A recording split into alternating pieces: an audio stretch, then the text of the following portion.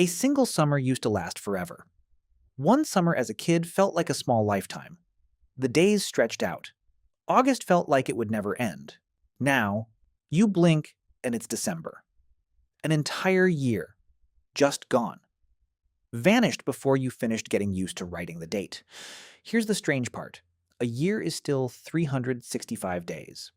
The clock on your wall hasn't changed. A minute is still 60 seconds, exactly as long as it was when you were 7 years old. Time didn't speed up. Your brain did. And once you understand why, you can actually slow it back down. This feeling isn't just in your head. Or rather, it is, and scientists have been trying to explain it for over a century. In 1877, a French philosopher named Paul Janet published a short paper with the first real theory of why this happens. Today it's called proportional theory, and the idea is almost too simple. Every new year of your life is measured against all the years you've already lived. When you're 5 years old, 1 year is a full 20% of your entire existence. It's enormous. It genuinely is a huge slice of everything you have ever known. When you're 50, that same year is about 2% of your life. Same 365 days. But stacked against everything behind you, it's a tiny sliver. 13 years later, William James, one of the founders of modern psychology, wrote about Janet's idea in his masterwork. He put it perfectly. The years of youth feel long because they are full. The years of age feel short because they are empty. And they seem to collapse into each other and disappear. But here's the thing.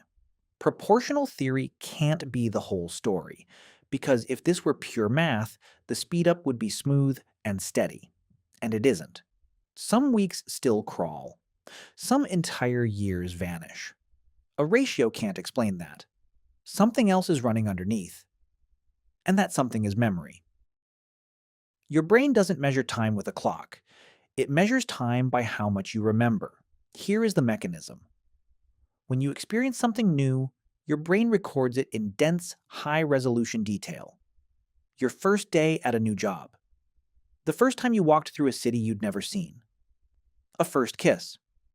Your brain treats all of it like it matters, and it saves almost every frame. But when you experience something familiar, your brain barely bothers. It already has the file. Your morning commute, your walk to the kitchen, the same route you've driven 1,000 times. Your brain runs it on autopilot and stores almost nothing. This is why a single week in a new country can feel like it lasted forever when you look back on it, even though it flew by while you were living it. Writer Claudia Hammond named this the holiday paradox. A week packed with new experiences creates a thick stack of new memories. And when your brain looks back and sees that thick stack, it concludes that a lot of time must have passed. A neuroscientist named David Eagleman spent years proving that your sense of time is really your sense of memory. In one experiment, he had people fall backwards off a tower into a net more than 100 feet in genuine free fall. Afterward, he asked them how long the fall lasted.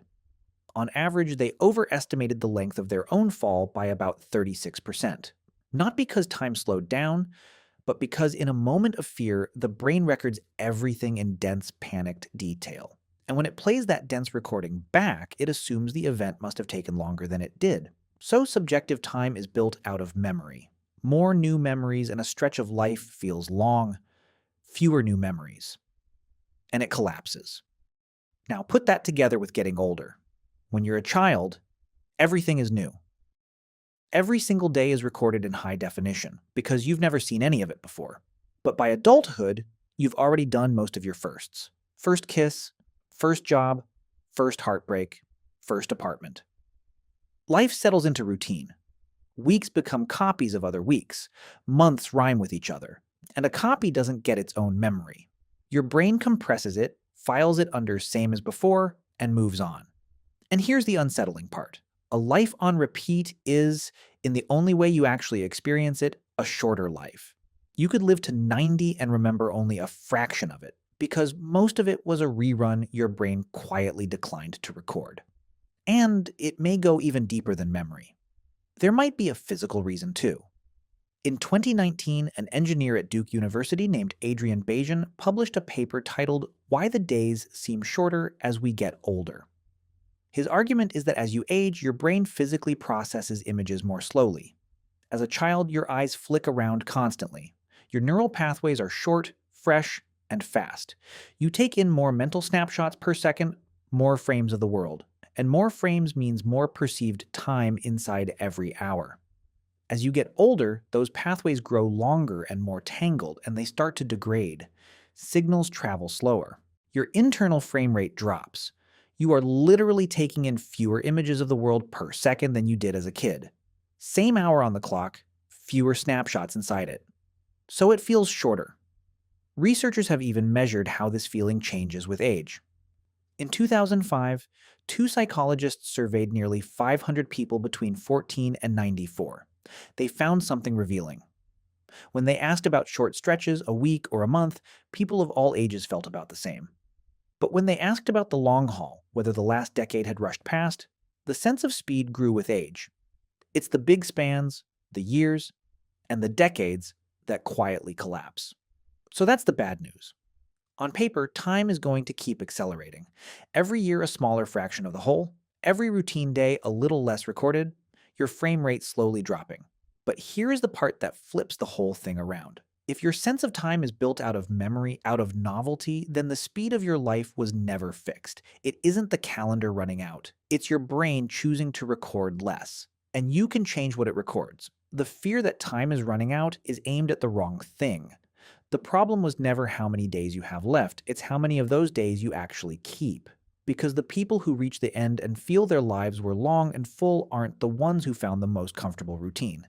They're the ones who kept doing things for the first time. New places, new skills, new people, anything that breaks the loop and forces the brain to start recording in high definition again. Novelty is how you slow time down, not by adding days to your life, but by making the days you already have refuse to blur together. So take the different route home. Learn the thing you keep putting off. Say yes to the trip. Have the conversation with the stranger, not because it's on some list, but because every genuine first is a day your brain decides is worth keeping.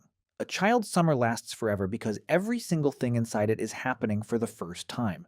You can't be a child again. That door is closed, but you can still hand your brain something it has never seen before. And the moment you do, the days stop collapsing. The stack of memories gets thick again, and that endless summer starts, slowly, to stretch back out. Time isn't speeding up. You're just recording less of it. So start recording again.